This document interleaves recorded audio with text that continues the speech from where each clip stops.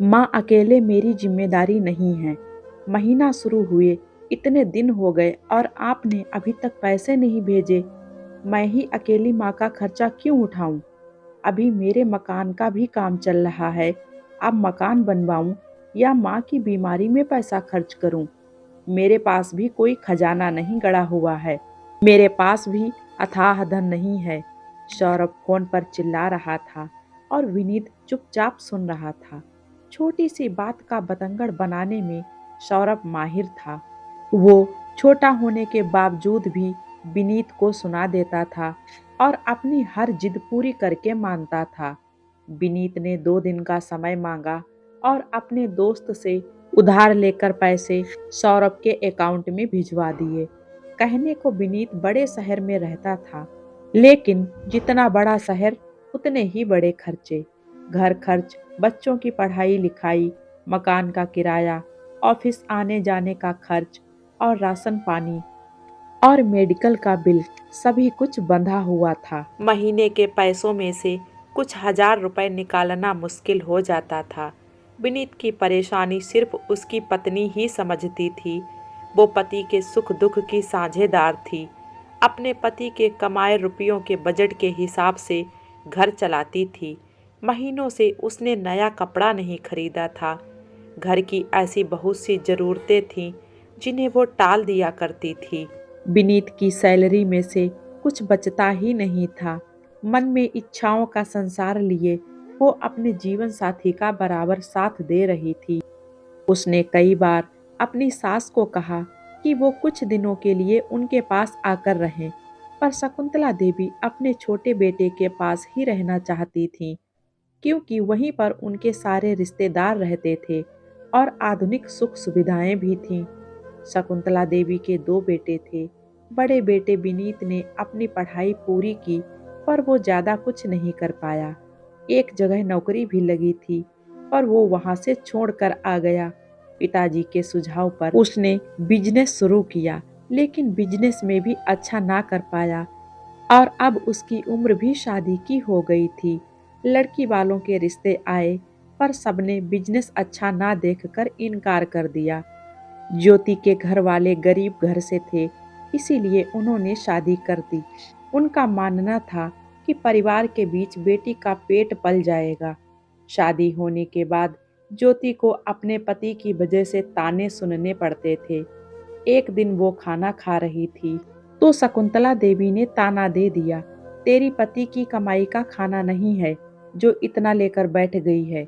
हिसाब से खाया कर। मेरा पति कमा रहा है और ये घर उसी से चल रहा है। रोटी का कौर ज्योति के हाथ में ही रह गया। अब तो उसने जिद पकड़ ली कि वो मेहनत से काम करे और घर में पैसा लाकर दे। ज्योति ने अपने दूर के रिश्ते के भाई को कहा और उसकी कंपनी में विनीत की नौकरी पक्की हो गई। तूने सास ससुर की सेवा के झंझट से मुक्ति पाने का अच्छा उपाय ढूंढा है, शकुंतला देवी ने ज्योति को सुनाया। नहीं माँ जी, मैं इस तरह से रोज आपके ताने सुनकर जीना नहीं चाहती हूँ। ससुर जी की कमाई के पकवान भी मेरे लिए फीके हैं और अपने पति की कमाई की 2 सूखी रोटी भी मैं हंसकर खा लूंगी। अपने आत्मसम्मान की रक्षा के लिए आखिर ज्योति एक दिन ससुराल छोड़कर शहर में आ गई। नए शहर में बसना आसान नहीं था।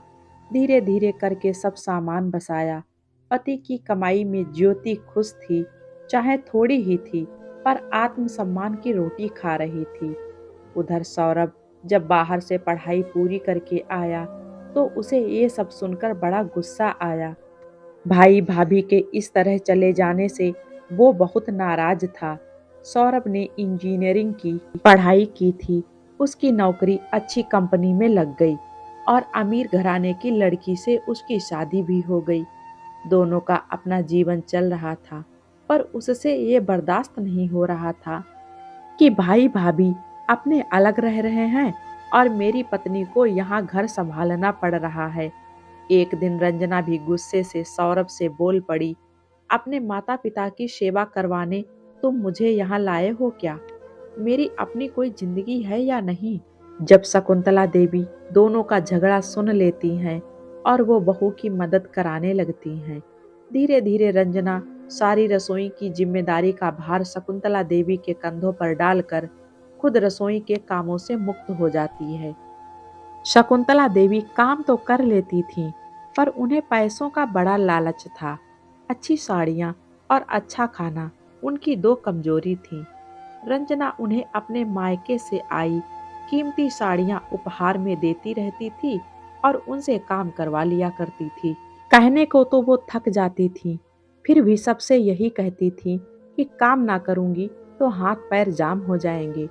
रंजना के जब पहली संतान हुई तो रंजना उसी को पालने में लग गई और शकुंतला देवी पर हर काम के लिए निर्भर हो गई। रंजना को तो इतना भी पता ना था कि रसोई के मसाले भी कहाँ पर रखे हुए हैं। जब भी ज्योति फोन पर अपनी सास से बात करती तो वो नाराज सी रहती थी। अब उनकी नाराजगी किस चीज को लेकर थी, ये तो ज्योति नहीं जानती थी। वो जब ससुराल में थी तो वो पूरा काम संभाल लेती थी, अपनी सास को हाथ भी नहीं लगाने देती थी। उनका कहा मानकर उनके अनुसार काम करती रहती थी और उन्हें शिकायत का कभी कोई मौका नहीं देती थी। पर जब बात पति की कमाई और स्वाभिमान की आई तो वो ये सब बर्दाश्त नहीं कर पाई और उसने वो घर छोड़ दिया था। समय धीरे धीरे चल रहा था। सौरभ और विनीत के बच्चे बड़े हो रहे थे। सौरभ की कमाई बहुत थी तो उसकी पत्नी को अब घर छोटा लगने लगा और पति से जिद करके वो नया घर बनवाना चाहती थी। पर सौरभ के पिताजी अपने हाथों से बनाए घर को तोड़ना नहीं चाहते थे। एक दिन शकुंतला देवी के पति को दिल का दौरा पड़ा और अचानक उनकी मौत हो गई। 15 दिन तो निकल गए, सब रिश्तेदार भी आकर चले गए, लेकिन उसके बाद में शकुंतला देवी टूट गई थीं। अब उनका किसी काम में मन नहीं लगता था। रंजना का व्यवहार अब बदलने लगा था।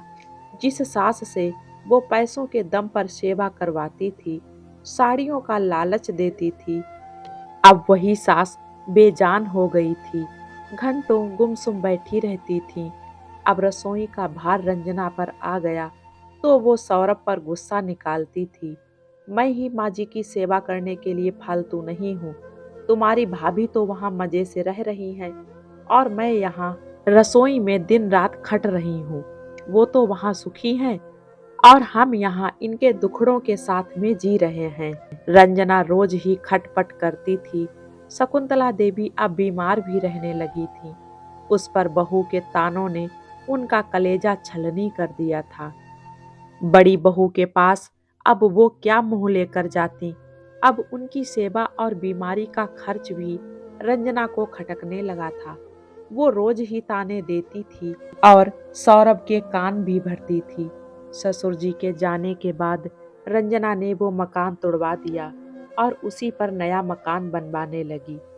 लेकिन सास का खर्च उसे अभी भी अखरता था।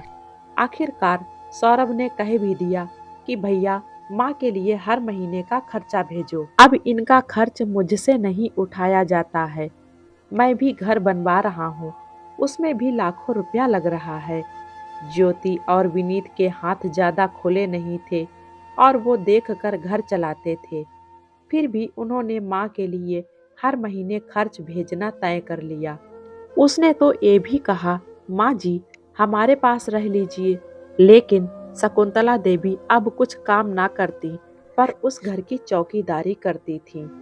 रंजना और सौरभ बाहर घूमने फिरने के लिए चले जाते थे तो वो ही दोनों पोतों को संभालती थी और घर पर रहती थी। एक दिन विनीत कंपनी के काम से शहर गया तो माँ से भी मिलने के लिए चला गया। माँ की हालत देखकर उससे रहा नहीं गया और उसने जिद कर ली कि माँ उसके साथ घर ही चलेंगी, पर सौरभ और रंजना ने मना कर दिया। शकुंतला देवी भी गले तक भर गई थी। उस दिन वे बिफर गईं और गुस्से से बोली, तुम दोनों अपने आप को समझते क्या हो? मैं तुम्हारे ही इशारों पर नाचती रहूंगी क्या? हाँ, पहले मैं थोड़ी साड़ियों की लालची थी, पर अब मुझे किसी चीज का लालच और चाह नहीं है। अब मैं अपनी जिंदगी जीना चाहती हूँ। बहू, ये तेरी गलती नहीं है, ये दुनिया की रीत है। कि काम करता इंसान सबको अच्छा लगता है। जब मैं तेरी रसोई संभालती थी तो मैं तुझे अच्छी लगती थी, पर अब मैं तेरी रसोई संभाल नहीं सकती और अब मैं तुझे बैठी हुई अखरती हूँ। कुछ दिनों के बाद मैं बिस्तर पर भी आ जाऊंगी, तब तो तुम मेरी बिल्कुल भी कद्र नहीं करोगे। मैं इस उम्र में तुम्हारे घर की क्या चौकीदारी ही करती रहूंगी। सौरभ, माँ हूँ तेरी, तुझे 9 महीने कोख में पाला है। छोटा है तो तुझे सबसे ज्यादा प्यार दिया है। इस विनीत से ज्यादा तू मेरा लाडला रहा है। तेरी हर जिद पूरी की है। तेरे खिलौने और खेल के सामान का कभी मैंने हिसाब नहीं किया। जाने कितने रुपए ऐसे ही खर्च कर दिए, और आज तू माँ के खाने और दवाइयों का हिसाब मांगता है। भाई से बराबर के रुपए मांगता है, जबकि तुझे तेरे भाई की स्थिति का पता है। तेरे पास तो खजाना भरा है, फिर भी एक माँ तुझे भारी लगती है ना? मकान को चमकाने में लाखों करोड़ों रुपए पूरे कर रहा है। एक से बढ़कर एक चीज मकान में लगा रहा है, कहीं कमी ना रह जाए। पर माँ के इलाज के लिए पैसे नहीं हैं। मकान में लगाने के लिए लाखों हैं, पर माँ के लिए हजारों भी नहीं हैं। इस माँ ने तुझे पाला और अब इस माँ की कुर्बानियां तू भूल गया। तेरे लिए पैसे इतने कीमती हो गए हैं। तू ये भी मत भूल, तू जिस पर मकान बनवा रहा है वो जमीन मेरे पति की कमाई की है, जिसे तू अपना बता रहा है। अभी इतनी जमीन खरीदने जाएगा तो तेरे पास पैसे भी कम पड़ जाएंगे। फिर तू मकान क्या बनवाएगा? कहते हैं ना, पूत कपूत हो सकता है, पर माता कुमाता कभी नहीं हो सकती है। मैं माँ हूँ, अपने बच्चे का सदा भला ही चाहूंगी और अपने बच्चे को दुआ ही दूंगी। लेकिन अब मैं तेरे साथ में नहीं रह सकती हूँ। मैंने ज्योति के साथ बहुत ही अन्याय किया था। मैं जाकर उससे माफी मांग लूंगी। बेकदरी से तेरे महल की चौकीदारी करने से अच्छा है मैं विनीत के साथ उसकी किराए की झोपड़ी में ही रह लूंगी। शकुंतला देवी ने अपना सामान बांधा और विनीत के साथ में चल दी। वहां पहुंचकर ज्योति ने उन्हें आदर से बिठाया और सब पुराना भूलकर वो माँ जी की सेवा करने लगी। बच्चे भी दादी दादी कहकर आगे पीछे होते रहते थे। घर के सामने ही पार्क था। शकुंतला देवी वहां चली जाया करती थीं। वहां उनकी हम उम्र महिलाओं से दोस्ती हो गई थी।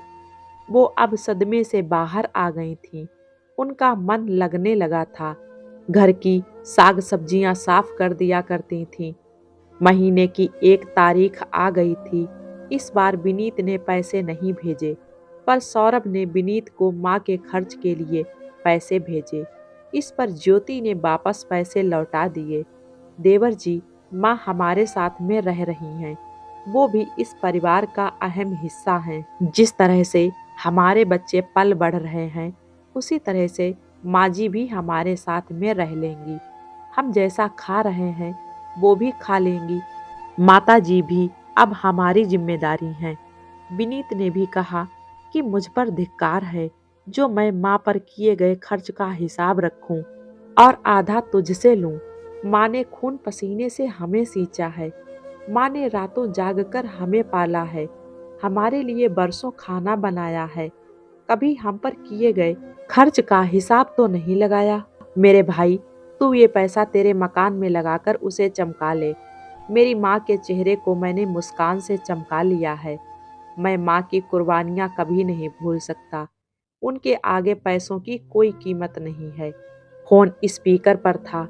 रंजना और सौरभ के चेहरे लटक गए। उन्हें अपने पर शर्म आ रही थी।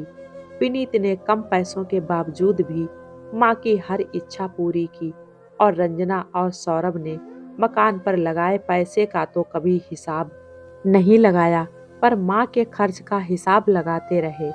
यही है समाज की कड़वी सच्चाई।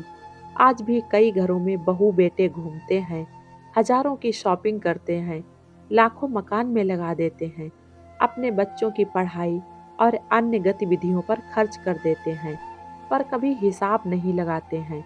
लेकिन माता पिता पर किए गए खर्च का हिसाब गिना देते हैं और भाइयों से खर्च का बराबर पैसा लेते हैं। दोस्तों, मैं उम्मीद करूंगी कि ये कहानी आप लोगों को पसंद आएगी। पसंद आए तो प्लीज़ वीडियो को एक लाइक कर दें और हाँ, जो लोग मेरे चैनल पे नए हैं सब्सक्राइब करना बिल्कुल ना भूलें। मिलते हैं एक और नई कहानी के साथ में। Thank you.